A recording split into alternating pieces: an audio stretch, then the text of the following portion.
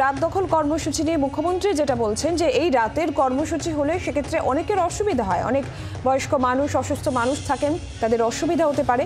তিনি অনুরোধ করেছেন সকলকে পুজোতে ফিরে আসার, উৎসবে ফিরে আসার, এবং তিনি বলছেন যে সিবিআইকে বলবো বিচারের ব্যবস্থা করুন, এবং এটাও তিনি বলছেন যে এখানে বাংলাদেশ হবে না, মাথায় রাখুন, এমনটাই বলেছেন মুখ্যমন্ত্রী মমতা বন্দ্যোপাধ্যায়। কংগ্রেস নেতা সৌমাইচ রায় রয়েছেন টেলিফোন লাইনে। সৌম্যবাবু, রাত দখলের কর্মসূচি নিয়ে মুখ্যমন্ত্রী বলছেন যে এই কর্মসূচিতে অনেকের অসুবিধা হয় এবং তিনি অনুরোধ জানিয়েছেন সকলকে পুজোতে ফিরে আসার, উৎসবে ফিরে আসার, সিবিআইকে বলবেন বিচারের ব্যবস্থা করুন, এবং এটাও তিনি বলছেন যে এখানে বাংলাদেশ হবে না। আপনি কি বলবেন মুখ্যমন্ত্রী? সংবেদনশীলতার সমস্ত সীমা ছাড়িয়েছেন, মায়া মমতা বলে ওনার কিছু নেই।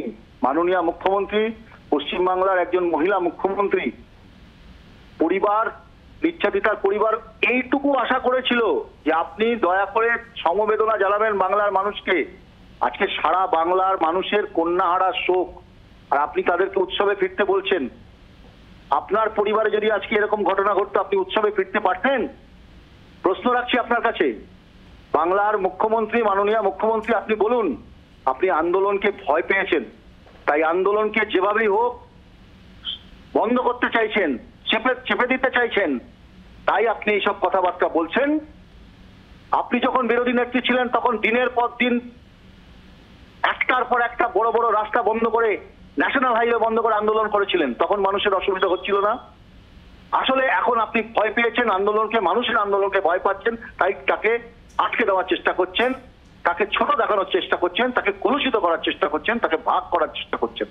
আপনি বরঞ্চ আপনার তৃণমূলের লোকদের যারা এই আন্দোলনকে পছন্দ করছে না তাদের নিয়ে উৎসবে ফিরে যান। বাংলার মানুষের আজকে শোকের আবহাওয়া।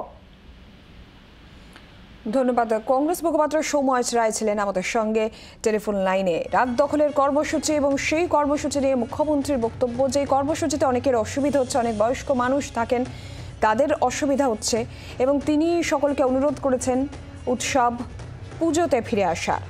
আর সিবিআইকে তিনি বলবেন বিচারের ব্যবস্থা করুন, বাংলাদেশ এখানে হবে না, মাথায় রাখুন।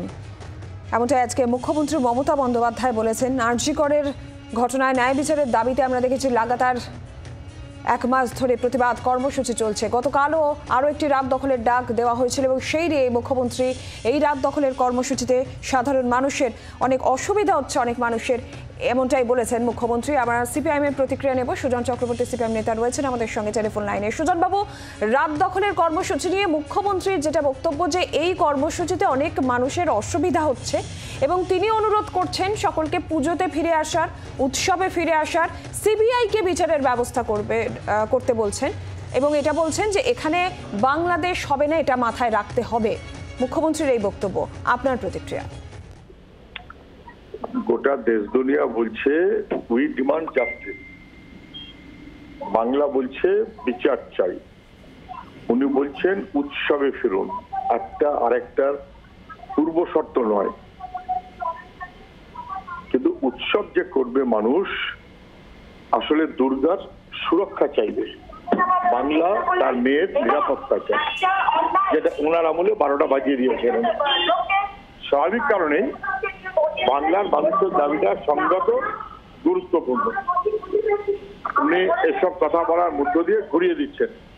এর আগে উনি বলেছিলেন উৎসব করবো না তো কি শ্রাদ্ধ করবো, এবার আসলে উনি বলতে চাইছেন উৎসব করবো না তো কি বিচার করবো। উনি বিচারের বিরুদ্ধে, সেই কারণে এসব কথা বলছেন। বাংলার আওয়াজ, বাঙালির আবেগ, জি 24 ঘন্টা।